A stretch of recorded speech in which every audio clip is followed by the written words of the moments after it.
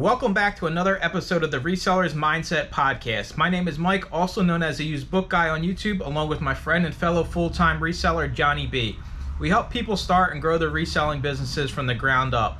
We also have a weekly Zoom call and private Discord for all YouTube members. Head on over to youtube.com/usedbookguy to join the channel and gain access to the full-length podcast, Zoom call, and private Discord today. Let's get into this week's episode. What is up, everybody? Welcome in episode 32. This is always backwards, so I think it looks right on YouTube if you're watching over on YouTube. Resellers Mindset Podcast. Today's episode is an exciting one. It's kind of been boiling up inside of me for the past 2 or 3 weeks. So the topic today is going to be stop crying about reselling and do something about it, right? I don't know what it's been for me personally as a YouTuber. So I get all the YouTube reselling stuff in my feed, whether I'm subscribed or not. So if I just go on to YouTube and go to the homepage and scroll, most of it's going to be related to reselling.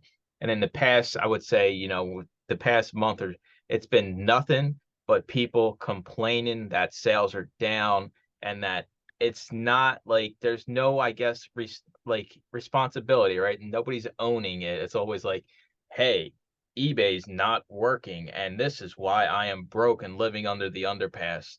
And I think it's the complete opposite here. So I'm going to throw it over to you, the eBay guy, because I will say there is a little bit of whining about Amazon right now as well. We'll get into that, but there's not a lot of YouTube Amazon people as there is eBay YouTubers. So eBay sales are down. The site is broken. I'm dead broke, JB.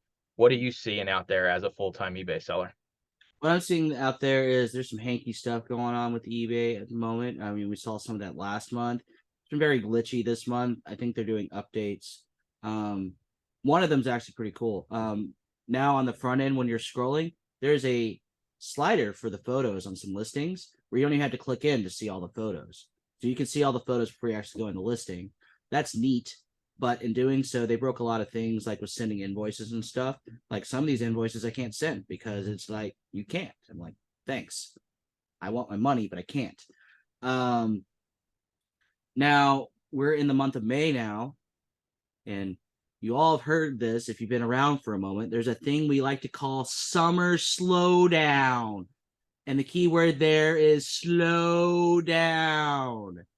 So your sales are going to be slower. I hope I made my point in saying slow. So that's just a thing. I mean, it's a seasonality thing. Now you can prepare for that as a book and a movie and a CD and other type of media seller. You can maybe increase your listings, get more hooks in the water. That's not my quote. That comes from Daily Refinement. Full credit given. There you go. But I like to quote it because it's very accurate. And what that means is if you don't get it, the more things you have listed, the more chances you have to sell things. That death pile, instead of shopping a whole lot more, sit your butt down and list a lot more during these slower months. If you're an eBay person, that's going to help. I mean, even if you're building up your draft bank, that'll allow you time to go out and source more for Amazon if you're that dual platform seller. Some other nonsense. The platforms are going to update. I think even Amazon had an update recently on their homepage. Again, we all hate that, right? So you got to relearn the layout again, because once you get used to it, they seem to change it. I got something for you, right? I'm gonna throw the complaints I've seen at you, and you have to respond. You got to give me like an answer of. Now, I did promise Mike I would try not to swear a lot, but here we go. Let's go, Mike. Johnny B, my listings are getting no views, no organic views. Why? What is going on? Well, person who shall not be named. Well, either there's something wrong with your listing and you should go take a look at that to see if there's any corrections you need to make. Maybe you misspelled your title. Try fixing that. Or maybe you have a stock photo. Maybe upload some real photos. Or you priced yourself out of the market. What is that thing really selling for? And if there's nothing wrong with that, and you're not getting organic traffic, well, it's not a non-desirable item, and maybe you should crank up the gosh darn promoted listings, mother trucker. That you kind of just hit on a good point, right? You're already knocking all the points out the water. The first one you said was the summer slowdown. And before I even got on this Zoom call with you, Debs said, don't people realize, there's seasons to selling? like this is her slower season, right? So if she has a slow day, yeah, it sucks, but like that's part of it, right?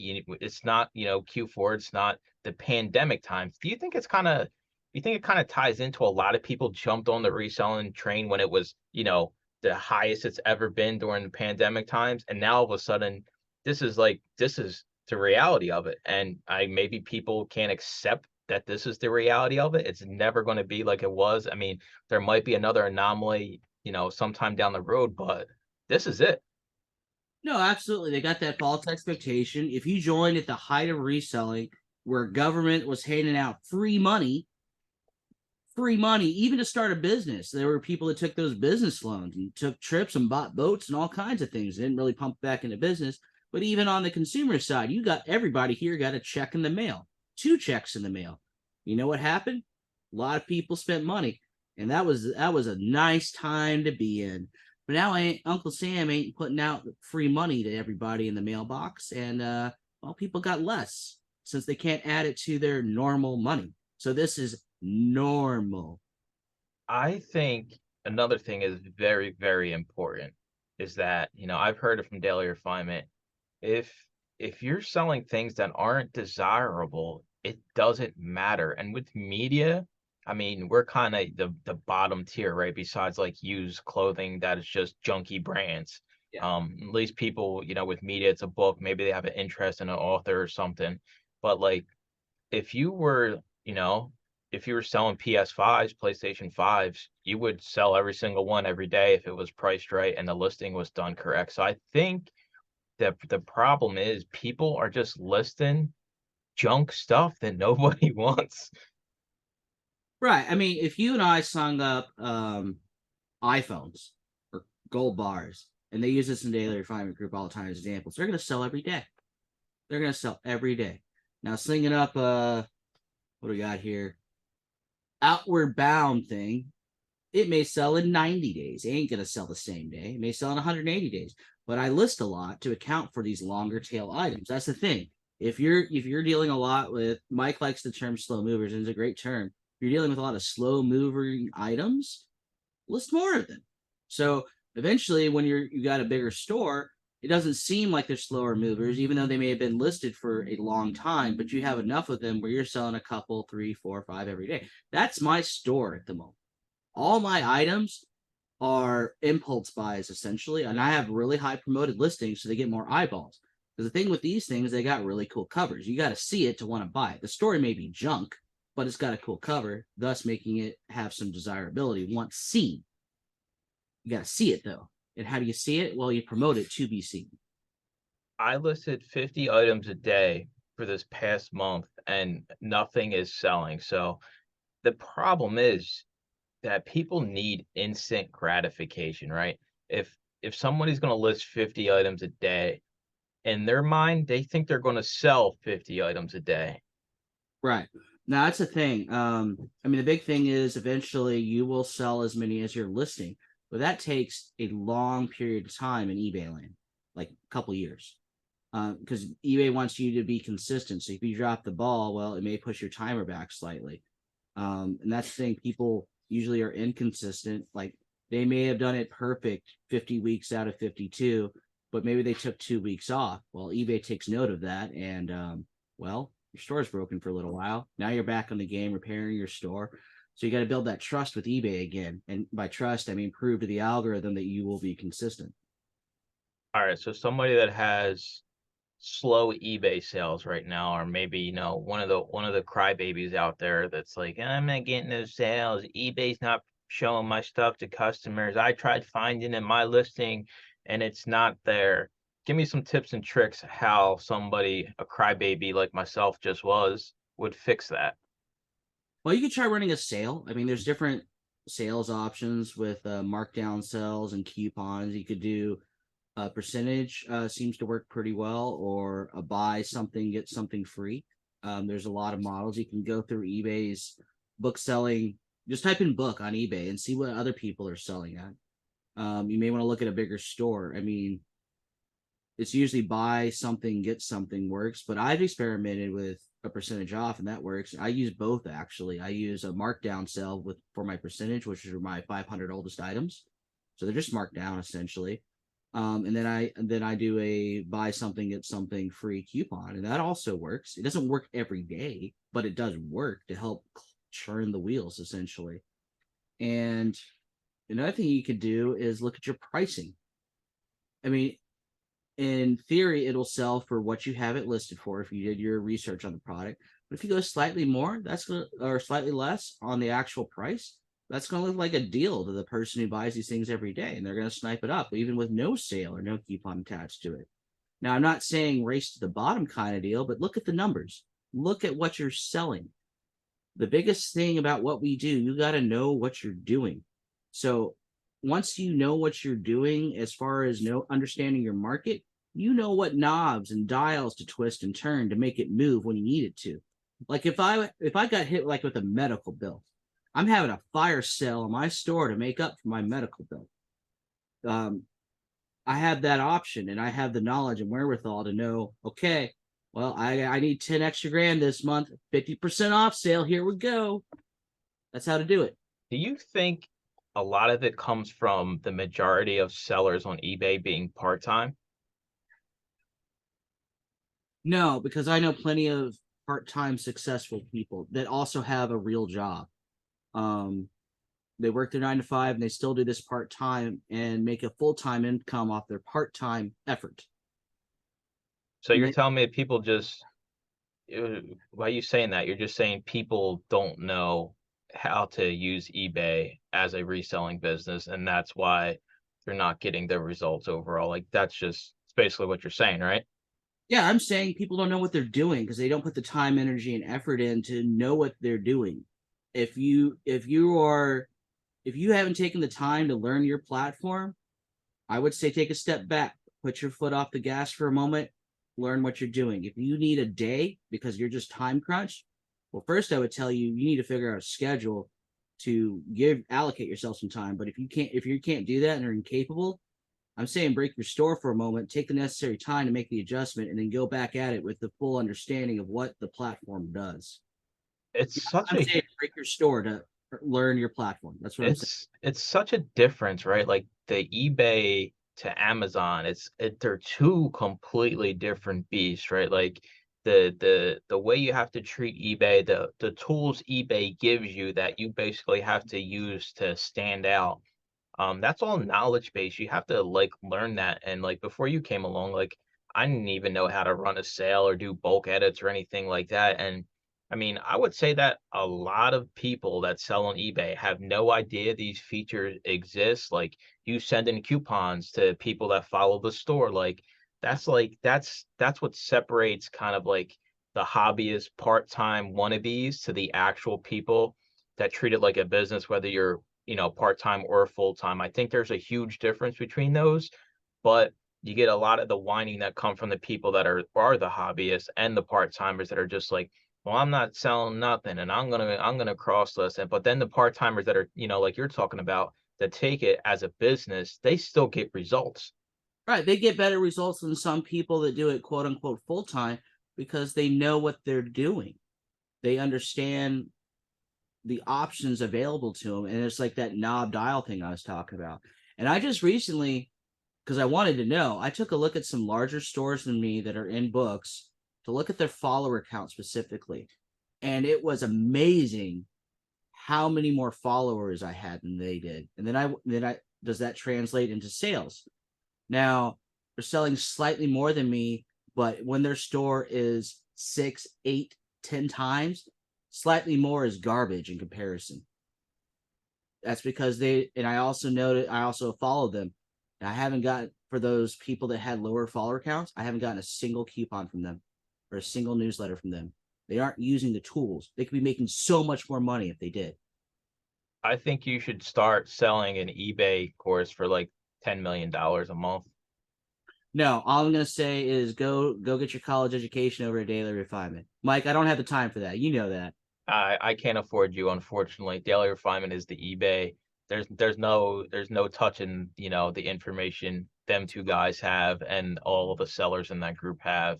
I'm sure that, they kind of, they see it all the time, right? Somebody new joins and the first thing they ask is, well, I'm not getting no sales. Like, how can I fix this? Now, I'm curious though, like you kind of just hit on people that are full time, right? Full time with Calling you air out. quotes, I'm right? calling you out. Yeah.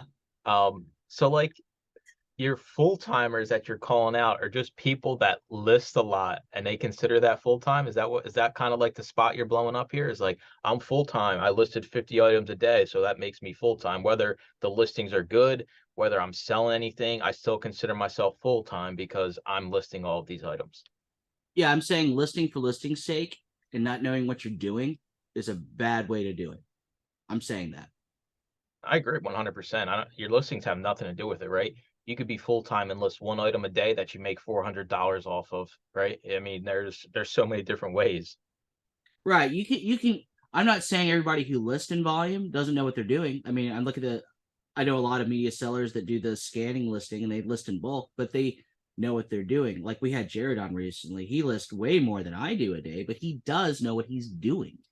Oh yeah, he 100% understands the business model, and I think we almost get lost. I feel like once you start going down this eBay hole and you're just listing, you really don't care about the quality. You really don't have a direction of your store, right? You're not fully niched down, or you're not taking advantage of things like, like you do, right? We even have the link in the YouTube descriptions for to like that's the only link. I was like, hey, you want me to put the link to your eBay store so people can go follow your store? Like you're kind of breaking the mold of people that have been doing this for a while that just got complacent with the platform. Right. I mean, I got told recently maybe I shouldn't be giving away so much information, but then I thought the information I give, no one's really going to do what I do by and large scale. And even if a couple came along and did what I did, I'm okay with that kind of competition because it's low end. What I do is really hard and really time intensive. And I'm changing things up slightly. I mean, I've spoken about it. I'm going to try to target more higher end items, but I'm still going to probably sprinkle in some lower, faster moving items that don't meet that model because I know that. Like, I think you and I were even talking about Stephen King. I'm probably still going to pick up Stephen King, even though I know his items aren't worth a whole lot by and large. They just move fast because people like to read Stephen King. But am I going to do the same thing with James Patterson? No, because I know James Patterson doesn't really fit my pricing bubble, but I know Stephen King certainly does. But even then, he's still on the lower end of my low bottom pricing point that I have mine at. But again, I know what I'm doing in the niche I'm doing it in. But to people out there who are, well, circling back to what I was saying about giving away too much information. I mean, I think there's a difference between steering someone in the right direction and telling them line by line of exactly what I do. And I don't really do that. Maybe I do that here and there, and that's a few golden nuggets for people, but I don't do that in large. People ain't going to do it anyway, right? People are not going That's the to. thing. Most people aren't going to do what I do, so I don't really mind. I mean, I've been pushing this book selling stuff for years on YouTube. I literally have no secret thing that I keep to myself, right? It's all out there. It's just people don't take action or initiative and they expect to get, you can't get the used book guy results if you're not out there sourcing, 5 days a week, if you're not sending in stuff every single week. And it's the same with you. You can't get JB results if you're not listing, over 20 books every day, if you're not taking advantage of the tools the platforms give you. And with eBay, it's so important to, it's not Amazon. You got to do these things yourself. And that kind of brings me to the next thing is a lot of these part-time hobbyists, crybabies, they say, well, you can't do that, right? I can't run a buy one, get one free sale if I have Louis Vuitton bag and, a pair of Coach shoes and, a Nike t-shirt. Like that doesn't work. I mean, you're right. It wouldn't work. But maybe you're paying too much for those used items. But even if you're a guy getting them new, well, maybe if you buy a larger percentage of them, you could get a bulk deal. Louis Vuitton, that's kind of hard. Maybe you should reevaluate. Well, if I can only get X amount of Louis Vuittons a month, maybe it's like 3. How can I make those 3 sell within the month so I can run my business? Or maybe you add on to Louis. Okay, Louis great, but I know Louis is going to be a longer tail item and it's going to sell for big money when it does. But maybe I niche down to some mall brands so I can supplement while I'm waiting for Louis Vuitton to sell. You can diversify your own store. You just got to take a moment and think. Just like me, I mean, I do a lot of paperbacks, but I know if I focused a little bit of my effort into more antiquarian stuff, because I see that stuff often, I just don't know a whole lot about it. But if I take some time to put some knowledge base into it, then I would know a lot about it. Then I know what I'm looking at, and then I know what to buy, and then I can list more. So there's that. If you're selling on eBay, it's got to be yes or no. You can't walk the line here on this question. Do you have to promote your items? No. If you're in a market that needs no promotion, don't promote. If you're in a market that needs promotion, then promote. And you can even do it by item base. Now, the thing is, if you, I paid the price on this because I didn't know what I was doing. Here's a mistake I made, and I hope to save a few of you some time. If you flatline put a promotion on all of your items like I did, and then decide to raise it, can't really go back down without huge repercussions. You can go back down, but I'm letting you know eBay is a very spiteful mistress and they don't like losing money. So I went from 10 to 15% promoted listings as an experiment. Come to find out, because I didn't ask this question before or let anybody know I was doing this, but come to find out once I did have some questions, that if I went back down to 10%, I'm probably looking at 1 to 3 months of a broken store. That's how spiteful eBay is. So I cannot go down. I'm stuck at 15%. That's okay, because with my experiment, I planned to have margin with that 15%. So it's okay. And I'm going to compensate that a little bit by turning the stamp on for my store. I'm going to start charging for shipping, and that'll help out a little bit. 5% doesn't sound like a big deal, but it is.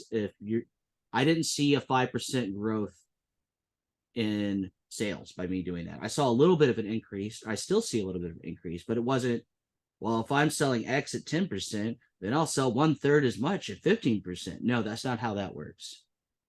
I got a huge problem with people when they cry that they're not getting sales, whether it's eBay or Amazon. And it's, do you not see the environment around you, right? Everywhere you go, everything costs more money. So in turn, the average consumer has less money for fun items. Or, a lot of us are selling, sure, clothes are a necessity, but still, somebody's not going to go spend $50 on a vintage shirt if they need to get food for their family or gas for the car to get to work.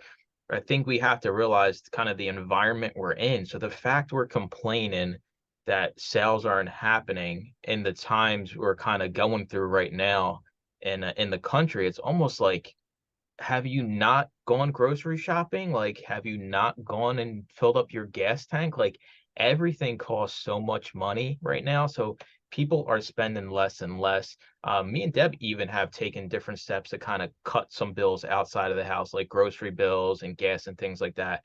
And we're not spending as much on like collectibles and, things like that. And that's another thing, right? Collectibles were so hot. And now all of a sudden it's kind of starting to cool down, right? The vintage market's coming down, the card market's coming down, and people are acting like it's the end of the world. Like, I think the market's correcting itself, and it's not a downturn when it comes to reselling. Right. No, you're absolutely right. People are making about the same amount of money. Prices have gone up, as you mentioned. But we have this thing called the news cycle, and the news cycle can last 3 months, 6 months, or a year. It's going to last a year, in my opinion, or more.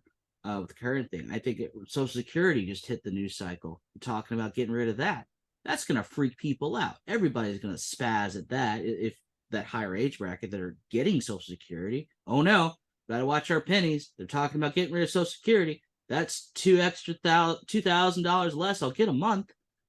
Yeah, people freak out at that, and rightfully so. When you're talking about taking money away from them, you're going to hold on to what you got, and you ain't letting those pennies go. Now, as you mentioned, there's a difference between a commodity or a luxury versus a necessity. Hey, Mike, if it came down to toilet paper and this paperback book, what you going with?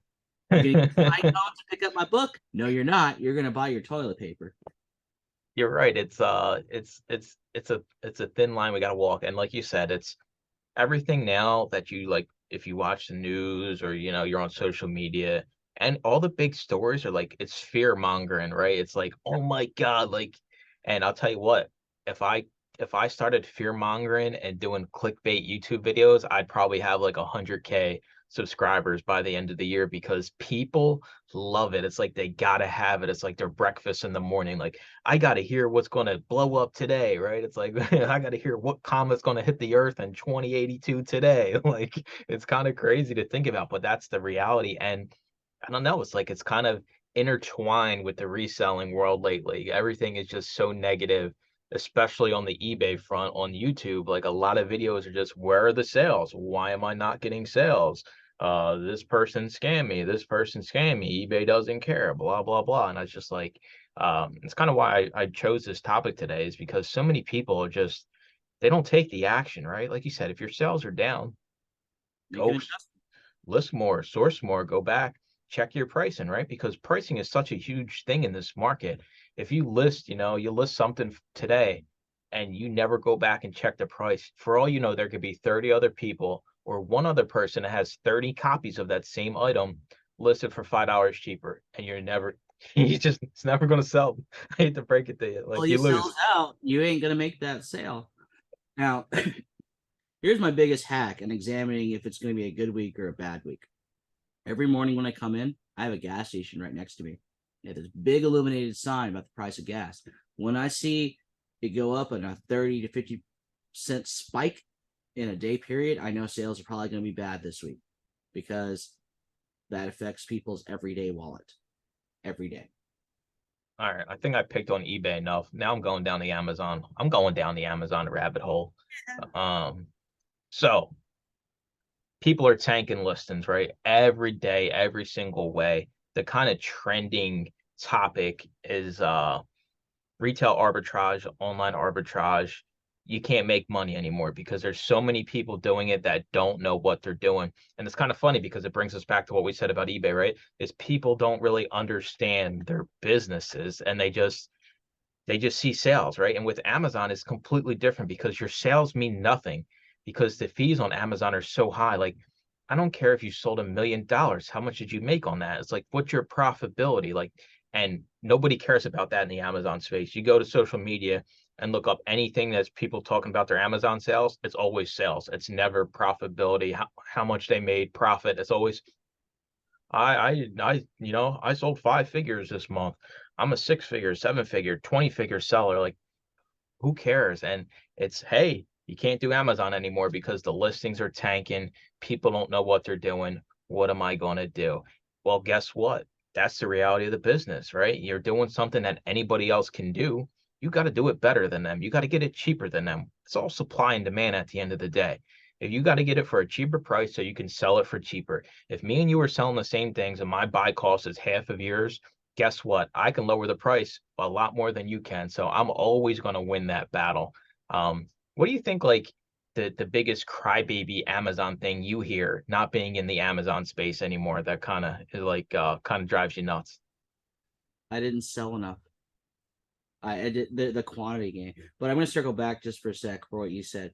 We had a joke in corporate world. You know how to make $2 million, or you know how to make $1 million in this business? You start with $2 million. It's truth. That's how you make $1 million. You spend 2 million. It's Math doesn't work out. it's crazy to think, like, the people that are successful, at least that I know in the OA space, they're not just going to Walmart.com and buying something, right? So they buy a discounted Walmart gift card, right? So you're going to get, you're going to save 10%. They're using a credit card to buy that has cash back. So you're going to get another 2%, right? So they're already at 12% cheaper than you. They have these Chrome extensions that automatically apply coupons.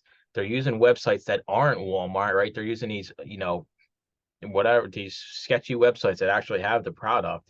So it's like, and if they are using any kind of popular website, it's always discounted gift cards. So if you're not doing that, you're already behind by 10%. Like, 12 if you got the credit card on there.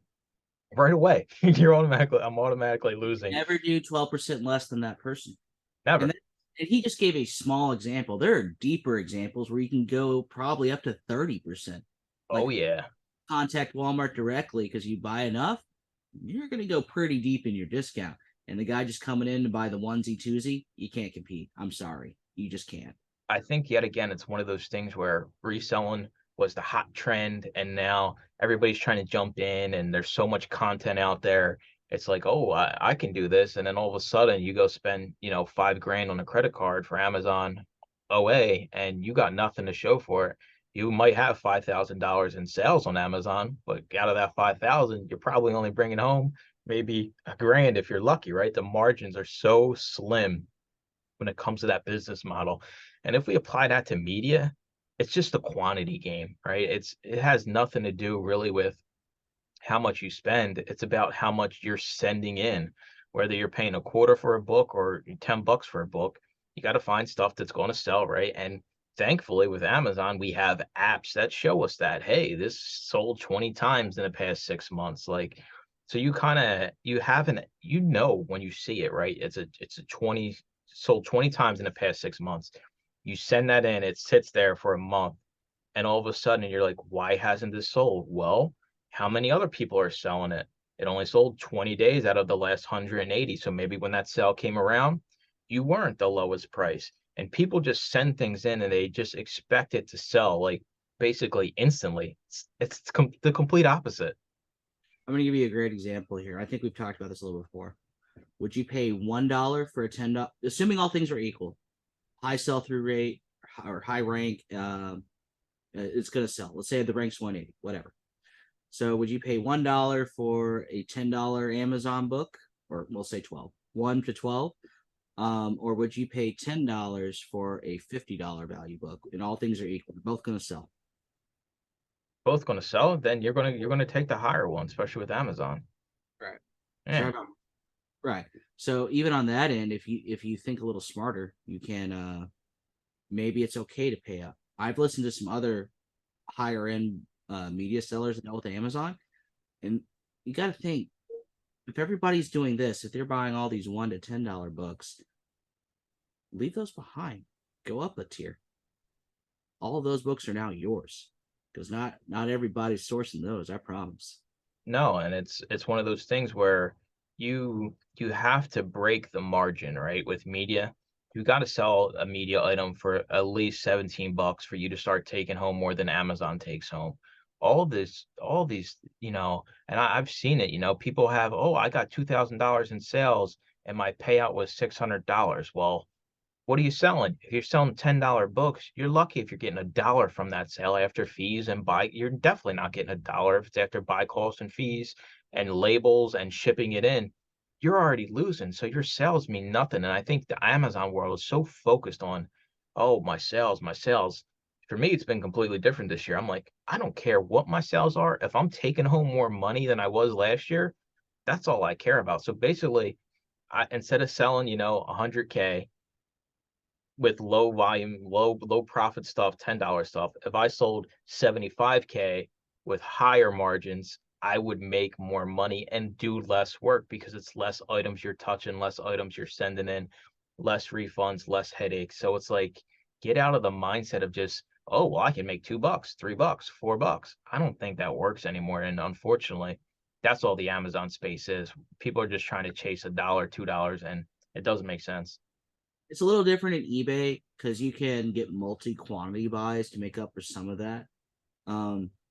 Now, I will say one of my better buys, and I've been thinking about this a lot lately because I switched my business models. One of my better buys when I first started, I spent $1,800 for 90 Eastern Press books. That was probably one of my best purchases. That was a lot of money, and I was just starting, but I knew what I was looking at. When I started looking and getting my book knowledge, I knew Easton was one of those automatic pickup brands, but I did not want to spend the money. I was really hesitant on it, and I sweated on that for like 2 or 3 days, and I pulled the trigger on it, and I sold every single one of them. I price comped them. The numbers are right. It made sense, but $1,800 was a big hit starting out, and it was like, I know it'll sell, but I really what's that going to do for the rest of my business while I'm waiting for this to pick in? But I sold a lot that week that already made up in my buy costs because I listed them all right away. And it was probably one of the better decisions. And it was that fear, and I could have missed out on that deal, but luckily I was the only one that was interested. It was that fear of spending a lot of money with the negative, what if it doesn't sell? And I just blew all my money. It was that fear that I think a lot of people may have by only want to focus on the lower end stuff because it's a less risk, or it seems less risky. It doesn't have to be a risk if you do the research, gather the information, acquire the knowledge. It's no longer a risk to pay up for things that will make you a lot of money in the grand scheme. That is the hardest pill I think most resellers have to swallow, because we're talking about margins here. Sometimes on those higher ticket items, you're going to have to pay up. Like if I got approached by, I don't know, Walden's Books, when Walden Books was a thing, and they wanted to liquidate their Harry Potter stuff, but Harry Potter was the biggest thing, I would probably pull the trigger on it. It makes sense. Like, on the topic of like margin, unfortunately, Amazon, it's just driven by price. It's stop trying to squeeze an extra $2 out of a book that sells once a week, right? If there's 20 people in a listing, the book's selling once a week, and you're like, well, I know I can get an extra $5 out of this book. It ain't going to happen. Amazon is price driven. You got to have software. You need a repricer. You sure, starting out brand new, you don't need a repricer. Once you hit 200 items, which should happen pretty quick, you need to be repricing. That's how you win in the Amazon game. I'm tired of people like, I don't have sales. Well, are you repricing? Well, no, I don't want to spend, first off, there's a free 30-day trial, and reprice it costs $10 a month when you start out under 500 items. If you can't afford the $10, then you shouldn't be in the Amazon space. Unfortunately, that might be tough pill for somebody to swallow, but $10 after 30 days of having a repricer for free, you should have already well made that money back from that. And guess what? It's Amazon. My whole warehouse you see behind me, it's Amazon returns. That's what people do on Amazon. It's so easy to return items. The return nonsense. Listen, if you don't like it, go sell on eBay. Johnny B, he's very little returns on eBay. He'll walk you right over to eBay with open arms. But guess what? You're going to have fun taking them photos.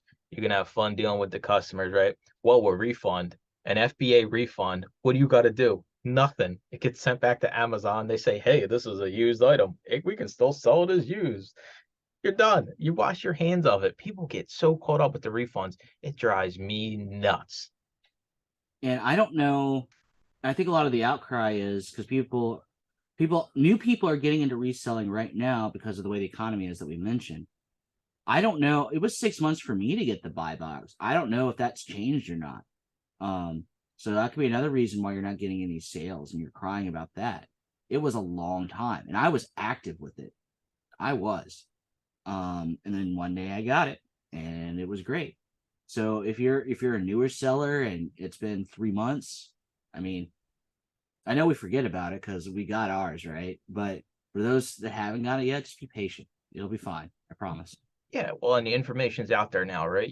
There's multiple YouTube videos that talk about how you can kind of manipulate to get the buy box, that we kind of had tested out ourselves and seen what works. So like the proof is out there. So the fact, yet again, it's another one of those things where, I'm texting you at 2 a.m. in the morning, like, I'm going to close my Amazon store. I don't have the buy box. My life is miserable. When in actuality, your response is going to be, well, what are you doing to get the buy box? What are we doing differently here? And that's kind of, oh yeah, that was the thing too. I remember those days. You remember those? I was complaining to you like every other week, like, dude, I tried this, it didn't work. Yeah. Dude, I tried this, it didn't work. You got any ideas, man? I need something else to try this week. I'm out of ideas. Give me an idea. The CD DVD buy box. Me and you literally were trying to figure that out. Yeah, we knuckled down on that one. Yeah, I was listing stuff I was going to lose money on merchant fulfilled. I didn't care. I just wanted it to sell so I would have some kind of extra metric. But like, I was on the phone with the reprice or on email correspondence with the repricer. Yeah. Like, what's going on here? I don't understand. Is there some magic formula? And they gave me some pointers. Yeah, but people don't want to do that, right? It's much easier to, whine about it than actually change something. You got to change something. If things ain't working, I mean, look at all these companies that have gone away, just in this country alone that did never change, right? They never went in and repainted the walls or, put in new carpet. I mean, Kmart used to be one of the largest retailers. Sears, right? Everybody growing up, you have the Sears catalog for Christmas and you circle what you want, right? Like them days are gone because these companies, and you could even say it's the same thing with resellers. You have these people that have been reselling all these years and they're not changing with the platform. You said it yourself, right? You got more followers than some of these stores that have been doing this for as long as we've been alive. Yeah, they've been around 10, 20 years. Why don't they have a huge follower count? Because they didn't actually go out and push it. I'm pushing mine. And when it happens, when they come, to my email and say, I don't understand why my business went under. I had 30,000, 50,000, 100,000 things listed. I'm going to say, well, what have you done differently in the past year? What have you done differently in the past month, right? It's like, you got to switch it up if it isn't working. And, you can cry about it all you want. It ain't going to change nothing. Right. If you don't change like your pricing, as for instance, stamps go up, platform fees go up, your cost of goods are probably going to go up. You got to count that for ever. People always want to go down. Nobody ever wants to go up, right? It's always like, even with eBay, it's kind of like a race to the bottom. Not to the extent that Amazon is, but it's like people always think, well, if I just give it away, then it'll sell. Yeah, well, then you make no money and you spend And that'll time. magically tell the algorithm in the sky, hey, you sold something, you're going to get 10 other sales. I mean, I'll tell you what, I run a busted eBay store, right? I don't list daily. And if I went out today and I found a desirable item like an iPhone and I listed it today or tomorrow, it would sell the same yeah. day if it was good photos and it was priced correctly. So the algorithm stuff, throw it out the window. If you're selling things that are desirable and you understand that there's a sell-through rate for it, you got to understand that just because you see one sold doesn't mean yours is going to sell ever, right? It's like people see, well, the sold comp said it sold for this, right? Well, did the person actually pay for it? What was going on at that time that actually sold? Was there something unique to their specific item they had? Was it signed? Was there, defects to it or something? There's so many different things, and people are just like, well, I'm going to list this today and it's going to sit there for 18 months and never sell, and I'm never going to go back and look at the price or look at how many other people are selling it currently and what prices, what their listing quality looks like. I'm just going to, it's like if I was you before you, but I did a bad job, right? I Yeah. only sold the science fiction paperbacks and I took one photo and I priced all my stuff at the same price as you, $12.99 plus shipping.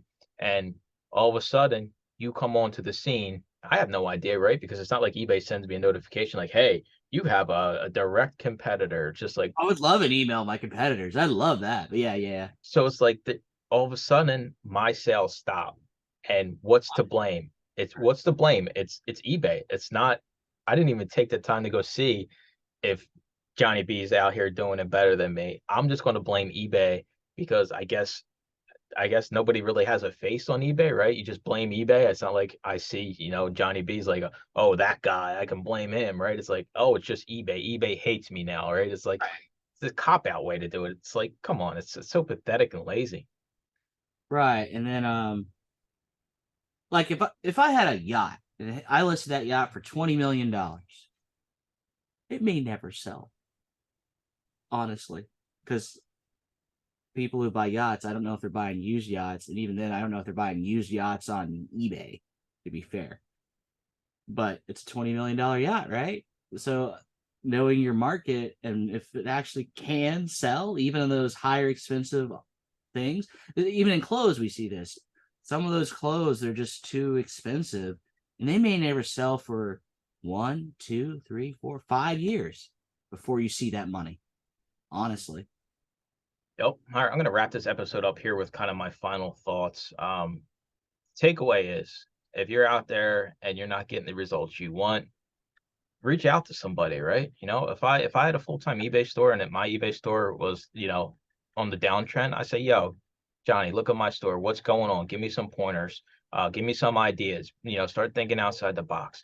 Just complaining about it and making YouTube videos about it making, social media posts that eBay's dead, eBay's a dying platform, there's less users than there's ever been, sales are down, yada yada. It ain't going to change nothing. Take action, even if you don't have anybody else to kind of reach out to and be like, hey, what's going on with my store, whether it's Amazon or eBay.